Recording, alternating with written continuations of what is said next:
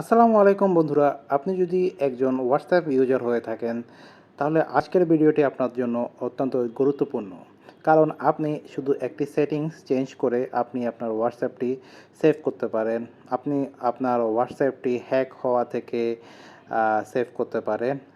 যেমন আপনার হোয়াটসঅ্যাপটি যে কোনো সময় হ্যাক হয়ে যেতে পারে বা অন্য কেউ আপনার হোয়াটসঅ্যাপে কী করছেন সেটি দেখতে পারে।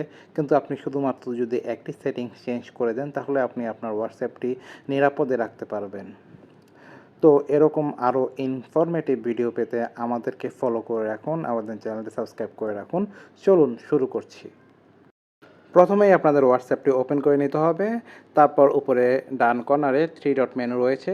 3 ডট মেনুতে গিয়ে সেটিংসটি অন করে নিতে হবে। সেটিংয়ে যাওয়ার পর অ্যাকাউন্ট সিকিউরিটি নোটিফিকেশানে যেতে হবে। সিকিউরিটি নোটিফিকেশানে যেতে হবে। এরপরে নিচে যে অপশনটি রয়েছে show security notification on this device, এটি অন করে দিতে হবে। বাস আপনাদের হোয়াটসঅ্যাপটি সিকিউরড হয়ে যাবে।